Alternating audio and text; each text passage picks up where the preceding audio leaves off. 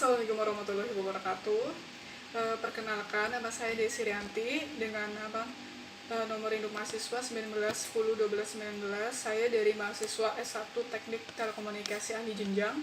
Saya di sini akan menjelaskan tugas pemrograman lanjut, praktikum pemrograman lanjut saya mengenai tentang saya kebagian tentang modul 3, yaitu penjelasan tentang pointer. Nanti saya rincian penjelasannya yaitu dari pointer itu sendiri apa, kemudian implementasi pembuatan programnya langsung seperti nanti saya jelaskan, kemudian dan flowchart dari pembuatan programnya nanti saya akan jelaskan. Jadi kita masuk saja langsung ke penjelasan teorinya. Cekidot.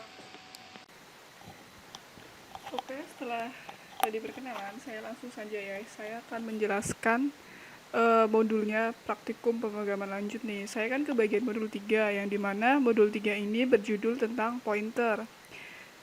Di sini saya akan menjelaskan materinya sih tentang pointer itu apa sih, kegunaannya di pemrograman lanjut. Langsung saja.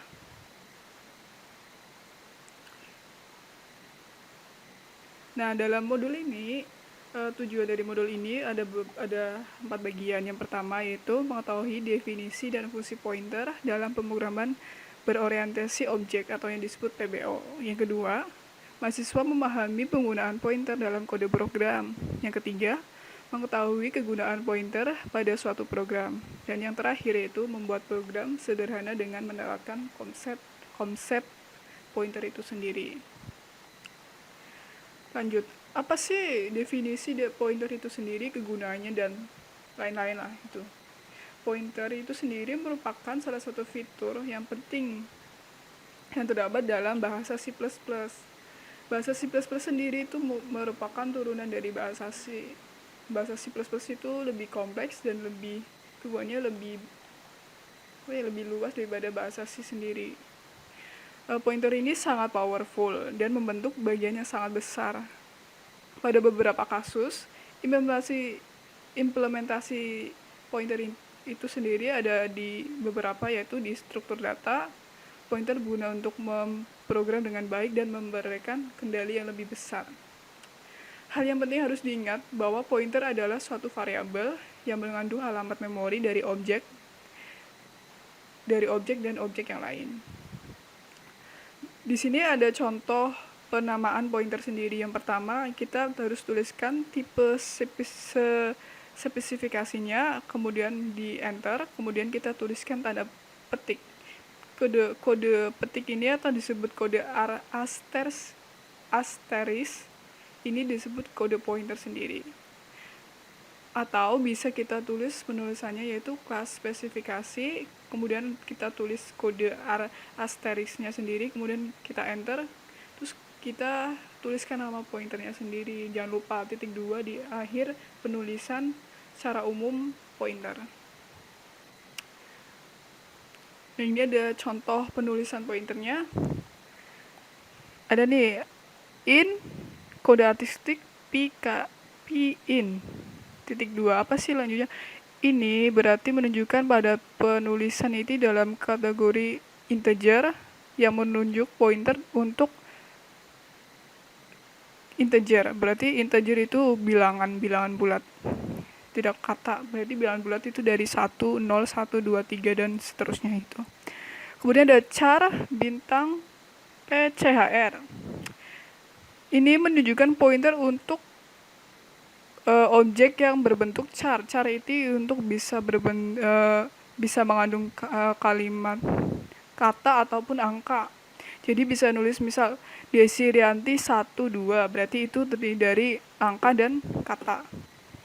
Kemudian ada nih float kode artistik A kali bintang B kali bintang C. Jadi di sini menunjukkan float sendiri untuk bilangan bulat, maksudnya bilangan desimal yang bisa misal 0,125, 0,1, 0,2, 0,3 itu bilangan float. Jadi bilangan float untuk menunjukkan di kode A, B, C ini. Kemudian ITTP pointer. Ini berarti menunjukkan pointer untuk kelas ITTP atau Institut Teknologi Telekom Purwokerto. Yang kedua yaitu, ini ada teori lagi, mengisi variabel dan mengakses nilai variabel pointer. Suatu variabel pointer dapat menunjuk ke alamat memori variabel lain. Contohnya sebagai berikut nih. Contoh dari program mengisi variabel dan mengakses nilai variabel pointer. Pertama, kita tuliskan include your stream. Jangan lupa, kalau tidak pakai ini tidak bisa nih. Dan pakai nih using namespace std. Yang pertama in main, kemudian ini ada kita masukkan variabel 55 titik koma. Berarti ini kan tadi yang integer itu kan angka ya nih, berarti kita harus pakai angka. Kemudian integer pointer, berarti ini variabel pointer yang menunjukkan pada titik variabel ini. Kemudian tuliskan pointer sama dengan nvar. Ini berarti menunjuk variabelnya ke variabelnya, pointer menunjuk ke variabelnya. Kemudian kita tuliskan outputnya, yaitu cout alamat var adalah sama dengan nvar enl. Kemudian kita tuliskan outputnya lagi, cout nilai dalam ptr sama dengan petik ptr nl. Berarti nanti kita output dari programnya nanti kita ada dua, yaitu alamat variabel var adalah dan nilai dalam ptr itu sendiri. Jadi outputnya seperti ini nih. Jadi outputnya kalau kita tulis di kode blok, jadi outputnya nanti ada dua, alamat variabel adalah sama dengan ini dan nilai dalam ptr ini. Ini adalah contoh pendefinisian pointer pada program. Selanjutnya ada hasil yang lain nih. Dari hasil tersebut buktikan bahwa satu variabel pointer dapat menunjukkan alamat memori dalam satu variabel. Selain itu, variabel pointer juga dapat digunakan untuk mengakses dari suatu variabel. Berikut contohnya nih. Berarti variabel pointer dapat mengakses isi dari suatu variabel. Kita ini yang tadi ini sama yang seperti tadi, ya variabel integer yang 5.2 dan variabel pointer. Nah, cout-nya di sini berbeda nih. Cout-nya yaitu nilai yang ditunjuk oleh pointer itu sendiri. Jadi nanti outputnya di kode blok itu kalau kita udah tulis program ini nanti keluarannya seperti ini nih. Nilai yang ditunjuk oleh pointer 5. Ya, kita kan tadi masukannya ini ya 55. Jadi ntar di outputnya pasti keluarnya ini. Ini contoh pointer mengakses isi suatu variabel. Nah, dalam pointer sendiri ada beberapa operator nih. Operator pointer ini ada dua, yaitu operator n atau disebut dengan operator reference.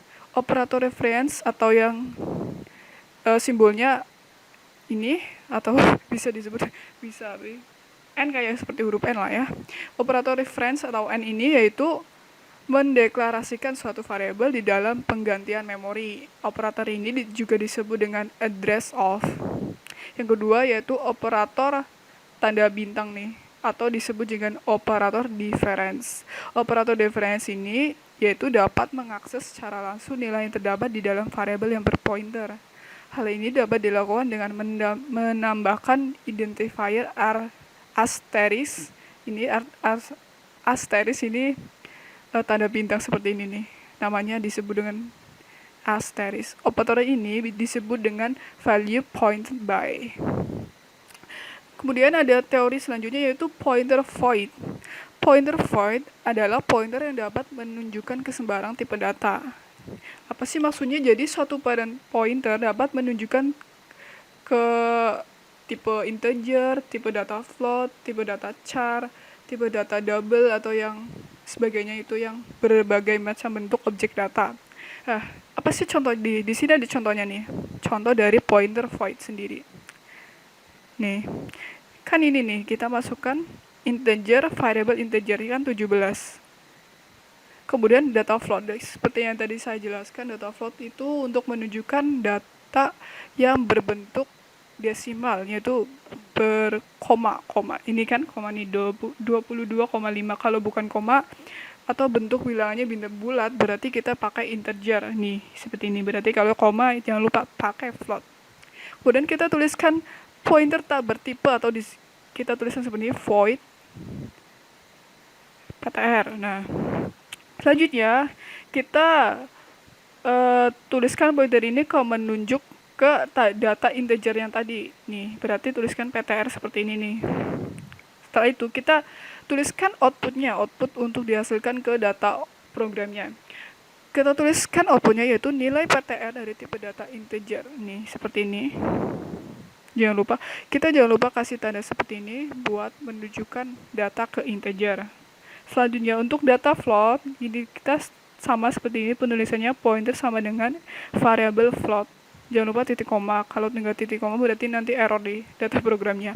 Selanjutnya untuk outputnya yaitu nilai pointer dari tipe data float.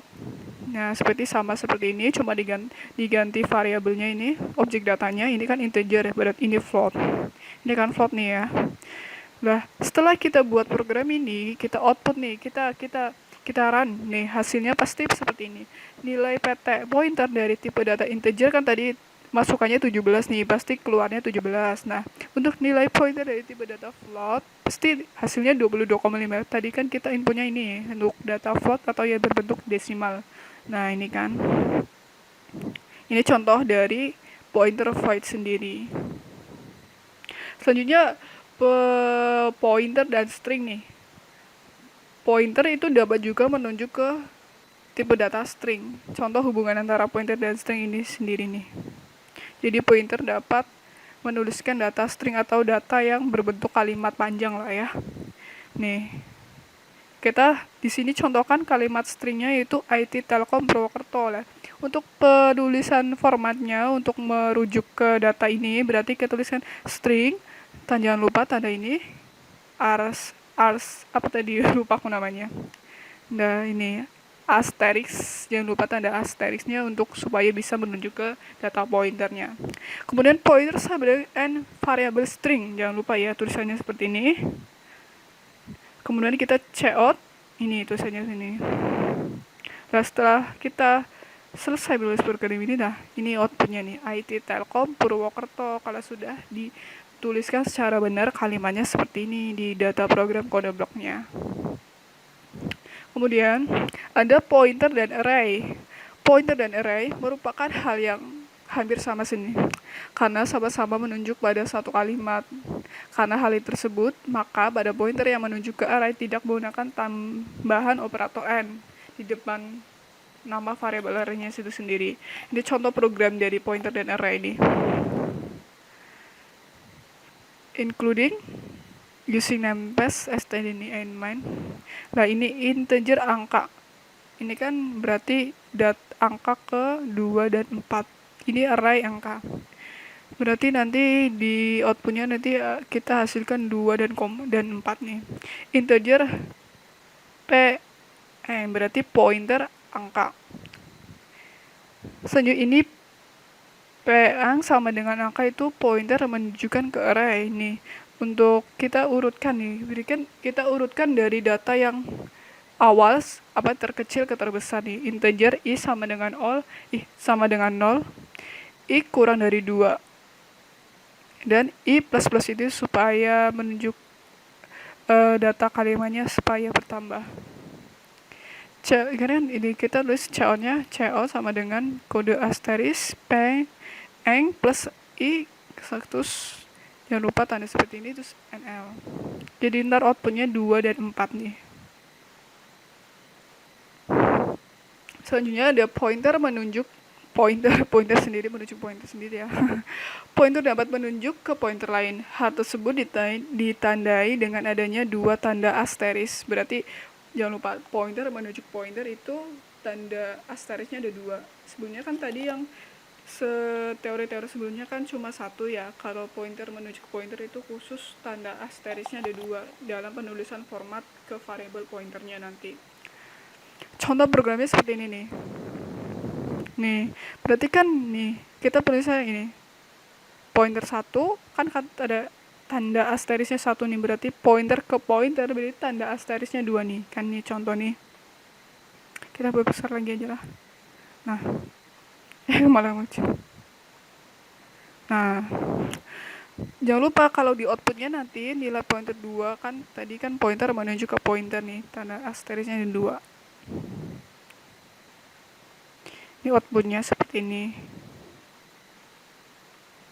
Berarti pointer yang tadi menunjuk ke pointer yang tadi, berarti tanda 2 asterisnya supaya bisa mengakses nama variabel pointer yang tadi kita tulis sebelum kita melakukan pengambilan pointer menunjuk ke pointer.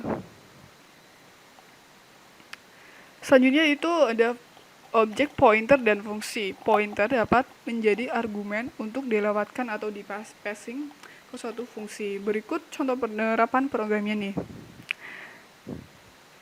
Pointer dan fungsi nih. Wow, banyak ya. Ini nih. Kita tulis void penjumlahan. Penjumlahan gitu kita jangan lupa kita double jumlah supaya kan nanti kalau udah pakai double supaya perhitungannya lebih mudah daripada yang pakai yang float atau yang apa ya. Ini contoh programnya.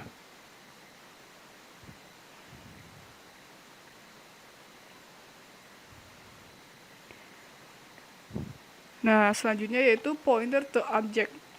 Apa sih pointer to object?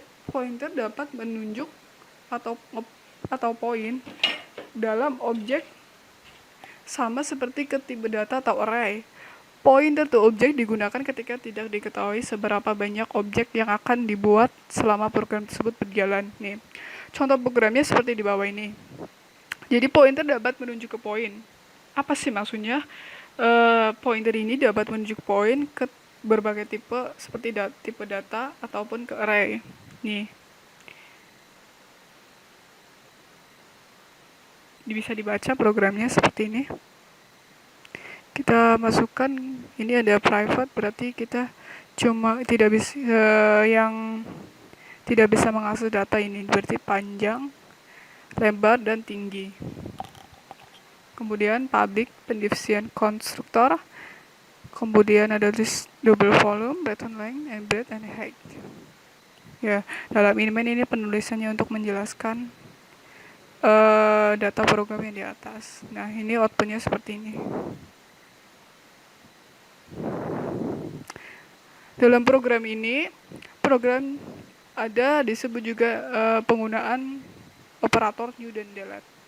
Apa sih operator new itu? Untuk berfungsi meminta memori ke sistem operasi untuk pointer. Nah, terus operator delete apa tuh? Operator delete berfungsi untuk mengembalikan memori yang telah digunakan ke operating system. Pada program ini terdapat destruktor yang bekerja ketika terdapat objek yang dihapus. Nah, pada output program destruktor bekerja 2 kali, yaitu ketika operator delete bekerja dan ketika programnya berakhir. Nah, itu penjelasannya tentang pointer to object, berarti pointer menunjuk ke objek. Objeknya bisa objek tipe data apa sih, data array atau string atau apa gitu. Kemudian ada array of pointer to object, berarti pengurutan pointer ke dalam suatu objek data. Salah satu konstruktor pemrograman yang umum adalah array pointer untuk objek.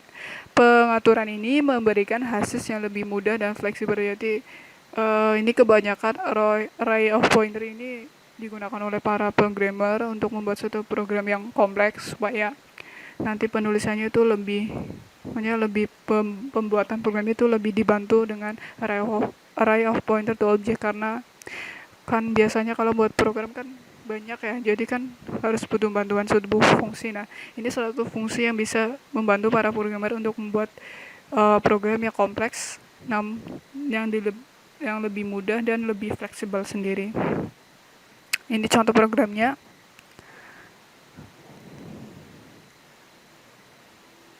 Nah, cukup sekian dari penjelasan tentang program, penjelasan tentang teori tentang pointer sendiri. Jadi setelah saya menjelaskan tentang teorinya, kita langsung saja menjelaskan langsung saja penerapan programnya seperti apa sih, penggunaan pointernya. Kita langsung saja, saya di sini sudah membuat sebuah program. Sebentar.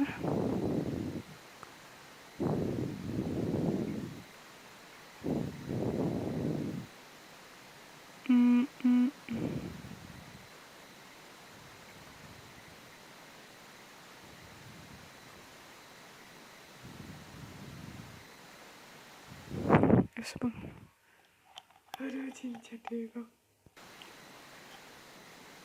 Oke, kita lanjutkan. Tadi kan saya sudah menjelaskan tentang materi, tentang pointer sih, fungsi-fungsi pointer dan bagian pointer sendiri ya dalam pemrograman lanjutan lah. Di sini saya kan melakukan pembuatan programnya sendiri tentang pengimplementasian tentang fungsi pointer ya tadi. Kan pointer tadi kan fungsinya banyak ya, yang seperti pointer to object, pointer untuk array, pointer of void atau pointer dan lain-lain ya. Di sini saya mengimplementasikan fungsi dari array of pointer to object yang tadi yang dimana array of pointer to object itu sendiri banyak digunakan oleh para programmer untuk membuat sebuah program yang secara berurutan lebih mudah dan lebih fleksibel, lebih mudah dibuat begitulah dengan fungsi itu sendirilah. Kita langsung saja masuk ke ini, ke pembuatan programnya saya sendiri nih. Di sini saya membuat kelas pelajar nih, kelas pelajar untuk khusus, kelas pelajar. Nah, saya membuat programnya itu pertama itu untuk yaitu programnya satu program pelajar Indonesia Pintar dan kartu Indonesia Pintar lah untuk khusus untuk para pelajar dari SD, SMP, SMA ataupun dari mahasiswa. Nah, pelajar sendiri saya memasukkan biodatanya ini string nama, karena nama kan kalimat ya, jadi harus pakai data object string. Nah, kemudian saya masukkan usia dari pelajar itu sendiri, kemudian asal dan jenis kelamin. Nah, ini private, jadi data ini tidak bisa diubah-ubah ataupun diambil oleh fungsi yang lain, jadi khusus untuk ini. Kemudian public itu bisa diubah-ubah. Jadi untuk ini public itu void pertama, void get data, berarti dan ntar mengambil data ini berarti biodata pelajarnya. Terus kan nanti ini silakan masukkan nama, masuk ke sini nama, silakan masukkan usia, masuk ke sini usia, dan selanjutnya nih. Kemudian kini kita tadi mengambil data ya, jadi kan mengambil data terus kita menampilkan di outputnya sendiri nanti nama, usia, asal, dan jenis kelamin lah sendiri yang tadi nih.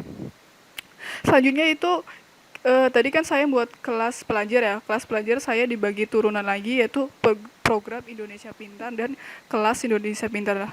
Itu kan program dari pemerintah, nah yang ada program Indonesia Pintar dan kelas Indonesia Pintar lah. Saya buat program untuk mengurutkan data supaya pemerintah lebih mudah gitulah. Jadi saya turunkan kelas turunnya program Indonesia Pintar dan kartu Indonesia Pintar lah. Apa sih dari nih pertama yaitu kelas program Indonesia Pintar. Program Indonesia Pintar ini saya private-nya untuk pendistribusian member data dan variabel itu ya profesi, nanti profesi dari orang tua si pelajar itu sendiri supaya dapat data, supaya supaya mahasiswa itu siswa itu pelajar itu mendapatkan sebuah beasiswa, itu profesi orang tuanya harus harus dimasukkan sebelum dia dapat bantuan ataupun beasiswa. Kemudian kos itu kayak gaji dari orang tua itu sendiri, kemudian jumlah anak dan kategori keluarganya miskin, kaya ataupun sedang atau apa nih gitulah. Nih. Jangan lupa kita bikin data void data, member fungsi get data. Saya masukkan pekerjaan orang tua, terus kayak tadi pendapatan orang tua per bulan berapa, masukkan jumlah pendapatan orang tua berapa. Kemudian nih, saya pakai pengurutan data atau array of pointer. Nah, kan tadi kan pakai array of pointer to object, jadi ini ada fungsi array. Saya ibaratkan, saya ada percambangan ada 4, 1, 2, 3, dan 4 nih. Perjalanan pertama, jika pendapatan orang tua lebih dari sama dengan 1 juta, jika dia yes, berarti dia dalam kategori mampu nih, mampu. Jika orang tua pendapatannya lebih dari 1 juta. Nih. Misal orang tua jika pendapatannya lebih di antara 1 juta atau kurang dari 500, berarti jika iya, berarti dia kategori lumayan mampu nih kalau di antara 1 juta atau 500.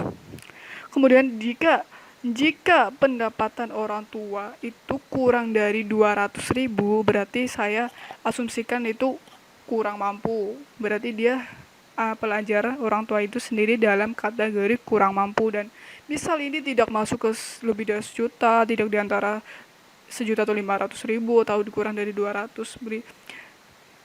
Ini kalau benar-benar tidak diantara ini berdidik atau yang lain, berarti dia masuk kategori fakir miskin, atau bisa pendapatannya 0 rupiah, itu fakir miskin orang tuanya.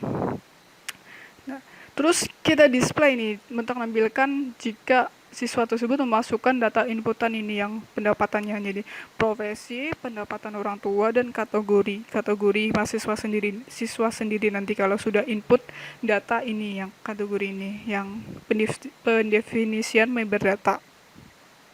Kemudian kita bikin kelas lagi, kan tadi udah kelas program Indonesia Pintar. Kemudian kita bikin kelas kartu Indonesia Pintar nih, pendefinisian kelas Indonesia Pintar nih. Nah, dalam kelas kartu Indonesia Pintar saya bikin berbeda sendiri nih member data variabelnya nih. Yaitu kategori, terus paket, dana, dan pendidikan. Jadi kategorinya nanti kategori miskin atau fakir miskin kayak tadi yang saya jelaskan di sini. Kemudian paket, paket. Ini pemilihan paket untuk nanti dia dapat paket bantuan apa nih, A, B, C, nanti saya jelaskan di bawah. Kemudian dana paketnya itu nanti berapa besar dia dapat bantuan yang dari ini, saya paket dan dana itu berhubungan. Jadi juga pendidikan dari pelajarnya sendiri nanti apa, SD, SMP, atau SMA, atau mahasiswa begitu. Nanti saya jelaskan di bawah. Kemudian kita tuliskan G-data lagi nih. G-data itu kita menjelaskan tentang member data yang ini, menampilkan member data yang ini. Berarti apakah Anda benar-benar sungguh dalam kategori mampu nih kategori. Kemudian tingkat pendidikannya nih yang tadi SD saya bagi tentang 1, 2, 3, 4 SD, SMP, SMA, atau kuliah. Nanti kartu Indonesia Pintar ini yang dapat bantuan itu di antara SD, SMP, sampai kuliah nih. Kemudian bantuan dana paketnya berapa nih? Nanti bantuan dana paketnya jadi berdasarkan ini kelas tingkat pendidikannya nanti SD, SMP, SMA, kuliah itu beda-beda. Jadi saya beda-beda kan nanti di bawah. Saya akan jelaskan di bawah lagi. Kemudian ini ada percabangan lagi. Misal nih, jika paket 1 ini tingkat SD, pendidikannya SD, itu kalau SD dapat bantuan sebesar 450.000, misal SD. Kemudian yang lain, jika dia memilih paket 2 yaitu SMP, yaitu tingkat SMP bantuannya sebesar 750. Jadi saya nilai ini saya asumsikan sendiri di programnya. Misal kalau pemerintah nggak tahu ya, jadi saya programnya program sendiri nih, asumsi data sendiri. Kemudian yang lain itu paket 3 itu SMA. Paket SMA itu bantuan dana itu sebesar 1 juta. Kemudian ada nih paket yang terakhir kuliah, terus jadi kan jenjang tingkatnya lebih tinggi, jadi bantuan paketnya itu seberapa nih, 1.500.000. Jadi dari program Indonesia Pintar ini sendiri, jadi nanti berhubungan dengan kelas kartu Indonesia Pintar. Jadi kan nanti orang tua biodata orang tuanya nanti kelihatan di sini. Kalau udah kelihatan di sini maksudnya dalam kategori kurang mampu atau fakir miskin, nanti dia dapat bantuan. Dapat bantuannya dalam kita bagi lagi di kartu Indonesia Pintar.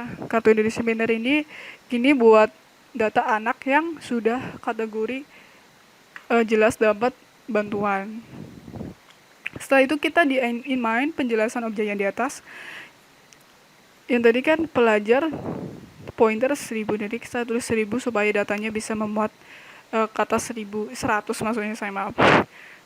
Ini yang pelajar ini deklarasi of pointer untuk kelas pelajar. Nah, program Indonesia Pintar ini deklarasi array of pointer untuk kelas program Indonesia Pintar. Ini menjelaskan tentang deklarasi array pointer untuk kelas kan ini. Kita masukkan integer x sama dengan 0 itu member data, terus jumlah member data anggota, kemudian jawab. Ini supaya tadi di percabangan gitu bisa jawab. Kemudian kita bikin output sendiri, itu saya asumsikan di sini, maaf. Nah, ini program pemerintah arah Jokowi nanti di outputnya di sini. Jadi saya nanti pilihan antara program Indonesia Pintar atau kerja Indonesia Pintar nih. Untuk menampilkan persyaratan pemerintah, pilih 1 atau 2. Jadi ntar pelajarnya milih yang 1 atau 2. Ini penjelasannya lagi. Nah, ini untuk buat perulangan untuk membuat objek array of pointer menggunakan pointer new dan mengambil data melalui member data fungsi atau get. Jadi ini get data ini untuk mengambil get data yang kita tuliskan tadi yang di kelas Kartu Indonesia Pintar dan kelas Program Indonesia Pintar lah. Dengan fungsi ini kita dapat mengambil data yang di atas yang tadi saya jelaskan. Ini bila masukkan data lain dipilih yes atau no. Itu jawabannya yang tadi kan ini. Kemudian rekap data. Rekap data ini untuk menampilkan ini yang kita tuliskan juga yang display tadi ya, yang di Program Indonesia Pintar atau yang di Kerja Indonesia Pintar ini. Jadi nanti ini nih sama yang ini display. Ini tadi mana display yang kerja nih lah, yang di rekapitulasi data itu menampilkan kalimat display, program display yang kita buat nih. Kalau sudah kita udah saya jelaskan, kita running aja gimana hasilnya.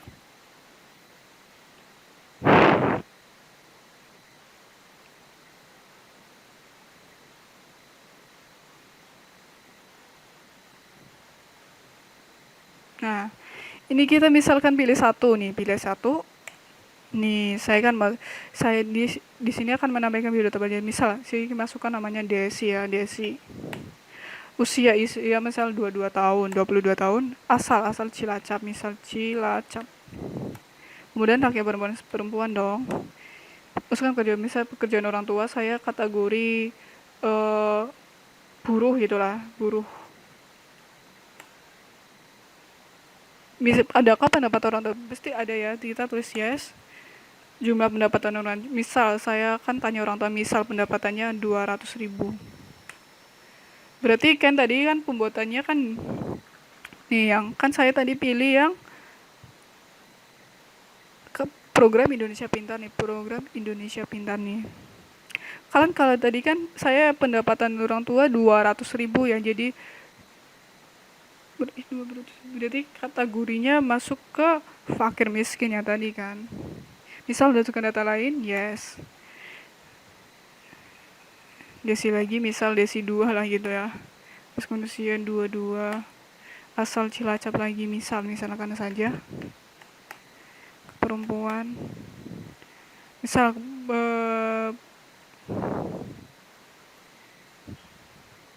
misalkan pekerjaan orang tua PNS gitu lah ya.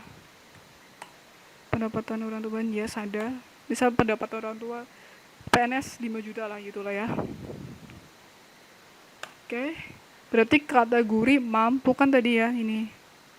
Kan di atas 1 juta ya pasti kategori mampu. No, kita masukkan ini. Nah, rekap data nih. Kan kita udah masukkan data yang Desi pertama dan Desi 2. Nah, ini untuk menampilkan rekap data yang tadi kita masukkan, inputan data yang kita masukkan nanti. Ini rekap datanya. Selanjutnya kita coba lagi nih. Kita close. Maaf. Coba kita run lagi. Saya akan mencoba tentang tadi yang Kerja Indonesia Pintar pilih. Kan tadi yang pertama Program Indonesia. Nah, kita masuk aja. Kita pilih yang Kerja Indonesia Pintar tinggal. Nih, misalkan namanya Desi lagi nih. 2. Asal Cilacap. Perempuan. Apakah Anda benar-benar sungguh dalam hati? Ini sih dari diri sendiri aja sih. Misalkan saya kategori kurang mampu ya, berarti kalau kita kurang mampu yes, berarti ya yes. Tingkat pendidikan saya misal kuliah ya, yang bantuan dana bahkan kuliah tadi berapa ya, 1.500.000 misal. No, nih. Jadi nanti kita kan tampilkan rekap data yang kita masukkan tadi yang apa, dari mahasiswa yang tidak masukkan tadi. Nah ini nasi dana dari skala bermat kategori yes, bantuan dana uang paket sebesar 1.500.000. Nah, jadi ini program ini untuk membantu mengurutkan data supaya lebih mudah dan lebih fleksibel gitulah. Ini penjelasannya. Selanjutnya kan kita bikin program ini. Gimana sih flowchartnya pembuatan program ini ya? Saya tunjukkan flowchartnya. Nih, wow, wow, wow, wow. Kita besarkan. Nah, sorry. Yang pertama floatnya itu kita mulai buat programnya itu, terus kemudian kita memproses kelas pelajarnya, kita masukkan nama, usia, asal, dan jenis kelamin. Nah, selanjutnya kita melakukan input data yang kelas tadi yang ini kita tulis ini nama, usianya berapa, asalnya dari mana, jenis kelaminnya apa. Kemudian di data input nama ini kita bagi dua lagi, proses lagi. Kemudian kelas kartu Indonesia Pintar dan kelas program Indonesia Pintar. Nah, di kelas kartu Indonesia Pintar sendiri nanti ada percabangan nih. Ada percabangan. Apakah Anda kategori dalam kategori kurang mampu, misal yes, nanti ada keluaran nih, suruh masukkan tingkat pendidikannya Anda berapa, bantuan dana paket yang Anda bantuan dana paket yang Anda terima berapa nanti dimasukkan. Misalnya lagi kita ada percobaan lagi, jika paket 1 tingkat SD atau MI itu mendapatkan bantuan 4.450.000. Terus jika paket 2 itu tingkat SMP mendapatkan program 750.000. Terus kalau dia pilih paket 3 itu SMA, di tingkat SMA itu dananya sebesar 1 juta rupiah bantuannya. Terus kalau paket 4 itu kuliah bantuannya 1.500.000. Nah, nih. Itu yang buat perjabangan kelas Indonesia Pintar. Kemudian kalau bagaimana sih di program Indonesia Pintar nih? Program Indonesia Pintar kita proses masukkan profesi, terus pendapatan orang tua, jumlah pendapatannya berapa, kategorinya berapa, kategori bantuannya apa nanti nih. Terus kita masukkan input nih yang tadi ini, kita suruh masukkan data-data yang atas ini nih. Kalau sudah kita masukkan ini, kemudian ada percabangan nih. Percabangan kalau udah masukkan ini, terus ada percabangan. Jika pendapatan orang tua lebih dari 1 juta, itu kategorinya mampu. Lebih dari 1 juta ya, lebih sama dengan 1 juta. Itu kategori orang tuanya dalam kategori mampu. Kemudian jika yes ya, yes. Kalau no, berarti kita lanjut ke sini, bagian sini.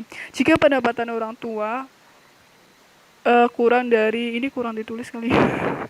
Sorry, maaf. Tulis aja di sini. Oh, bisa dilihat ya. Jika pendapatan yang tadi orang tua itu yang tadi berapa ya? Yang program Indonesia Pintar. Program Indonesia Pintar. Oh, yang 1 juta di atas nih. Oh. Yang lumayan mampu itu kategorinya pendapatan orang tuanya di antara 1 juta atau di antara 500.000 itu kategori lumayan mampu. Jika yes itu kategori lumayan mampu. Kalau no berarti masuk ke jika pendapatan orang tua itu lebih dari kurang dari sama dengan 200, itu kategori kurang mampu lah. Kalau benar-benar tidak masuk kategori yang di antara ini, berarti dia masuk ke kategori fakir miskin kalau pendapatannya itu benar-benar 0 rupiah. Kalau sudah, kita kan tadi udah inputan ini ya, nama, terus kita masuk ke kelas program Indonesia Pintar dan kelas kerja Indonesia Pintar. Nah, setelah ini kita akan kalau masuk di kategori ini kedua kelas KIP dan PIP nanti di ini. Jadi ntar kita di outputnya harus pilih program Indonesia Pintar atau kerja Indonesia Pintar. Kalau pilih 1 atau 2, 1 ini untuk program Indonesia Pintar. Nah, untuk kalau pilih 2 itu masuk ke kartu Indonesia Pintar. Kalau udah masuk ini kan kita udah masuk inputan ini. Terus di pilihan ini nanti kita rekap data keseluruhan yang sudah kita isi di bagian program Indonesia Pintar dan kelas Indonesia Pintar. Nah, jadi rekap data dan end. Begitu penjelasan dari flowchart pembuatan program saya.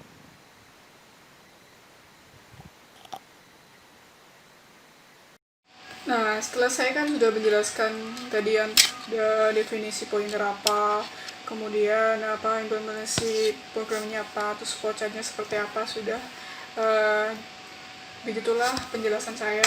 Misal ada kesalahan atau kekurangan atau hal apa, saya juga masih belajar. kita mahasiswa kita belajar, saya sharing ilmu sedikit saja seperti itu. Jadi ada kesalahan saya minta maaf juga. Jadi semoga video ini bermanfaat dan memberikan manfaat buat kita dan buat kita, berkah buat kita dan berkat semuanya seperti itu. Terima kasih. Wabillahi taufiq wal hidayah. Wassalamualaikum warahmatullahi wabarakatuh.